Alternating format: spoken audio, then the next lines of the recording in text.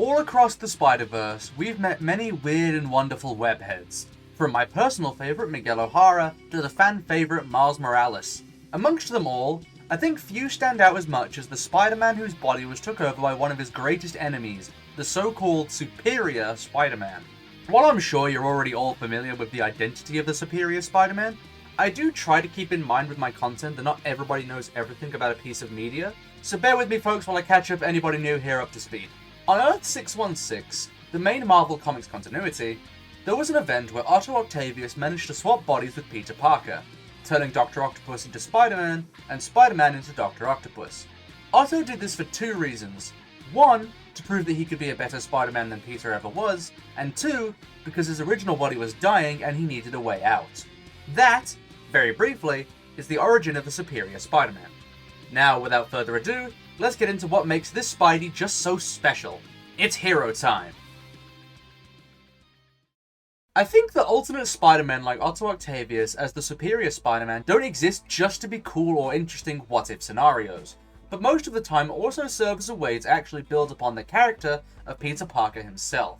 Looking at Peter Parker in a two-dimensional sense, his main character traits are his kindness, his humour, and his sense of justice and fairness. While that's what you usually see from storylines involving Pete, the existence of characters like the Superior Spider-Man actually serve to further build up what makes Pete so special as Spider-Man.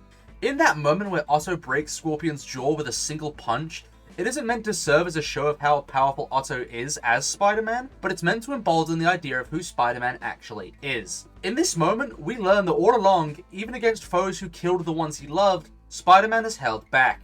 Despite all the pain and suffering he has felt doing his job, Peter Parker doesn't go all out, because that's who he is. That's who Spider-Man is. Moments like this serve to truly make us rethink what defines Spider-Man.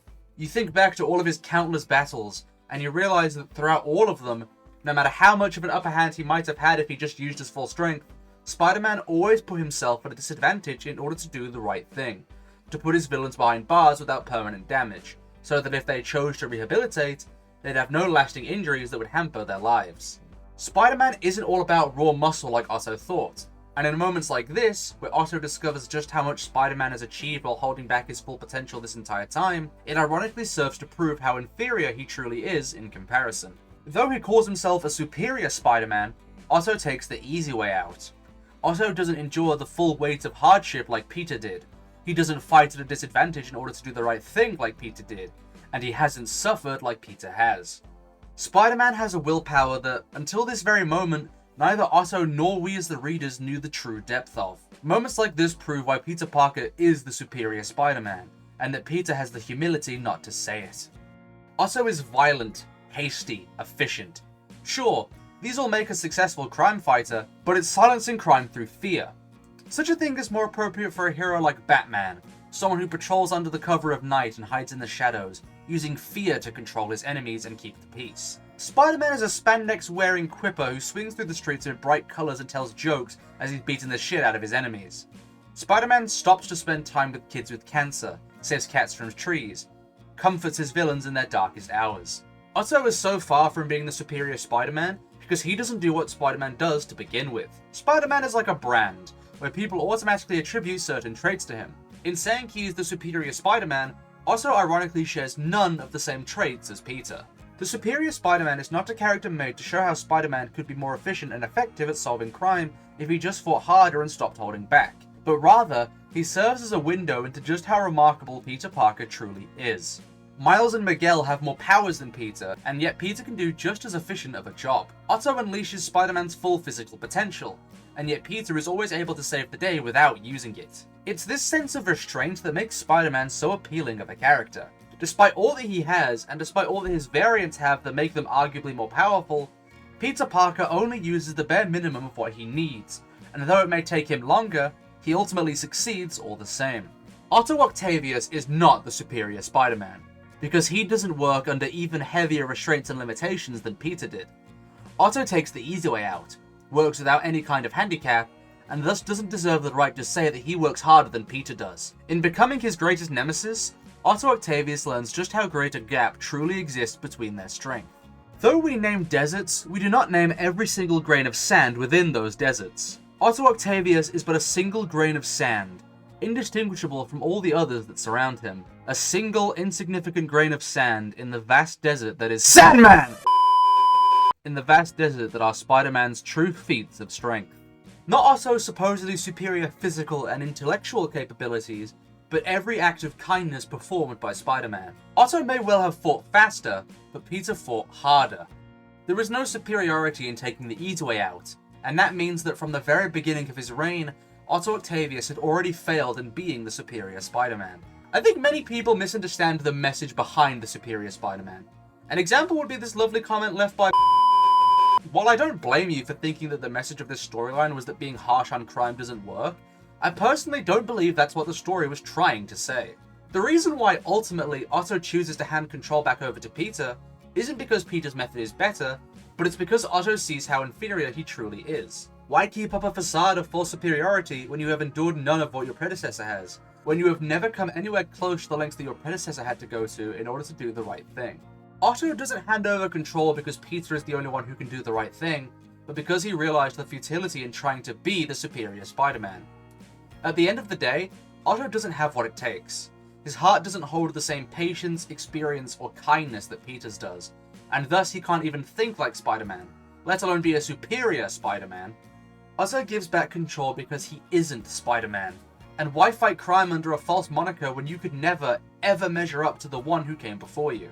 Otto said himself that he became the superior Spider-Man to prove that he could do the job better than Peter, and once he realized he couldn't, he gave up. There have been Spider-Men like the Last Stand Spider-Man, those who gave in after one too many tragedies, or Spider-Men like Hobie Brown who have both weapons and allies that make their jobs easier. None compared to Earth 616's original, Peter Parker, the Spider-Man who always goes that extra mile, always takes that extra punch to the face, always suffers most so that others can smile in peace. Spider-Man is a character of tragedy, one who has suffered loss after loss in order to do the right thing.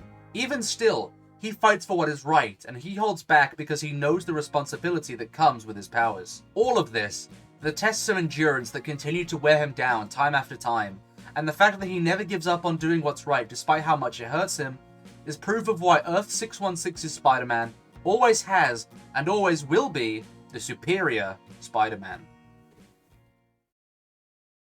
I hope you enjoyed this video. I know usually my content is a lot more lighthearted and jokey, but I wanted to take this topic a bit more seriously because it's a topic that I'm personally very passionate about, and I think the proper implications of the topic are seldom ever touched upon, at least as far as I've ever seen.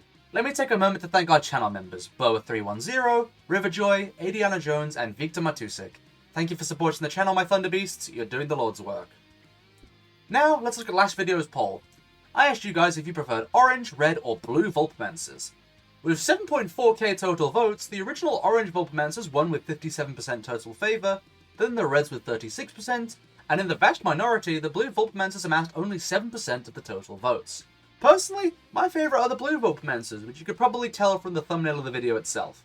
I don't know, I just think that blue looks more alien than red or orange does. I think it just adds to the overall alien feel of them.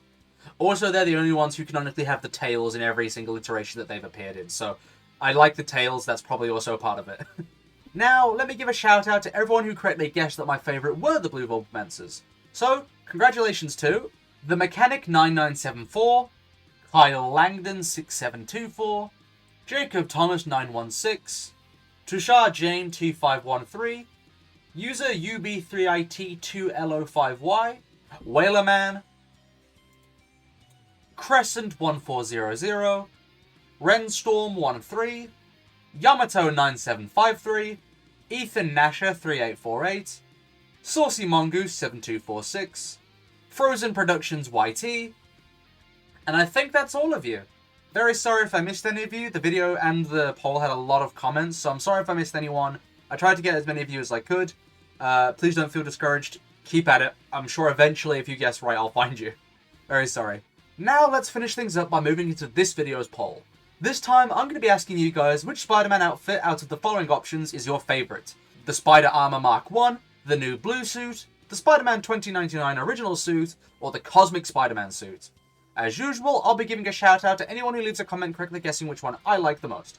With all that said, I hope you guys enjoyed, and I hope to see you in my next video where I'll be discussing my favourite iteration of the Decepticon, Starscream, that being his portrayal in the Transformers Armada series. See you next time, fellow heroes.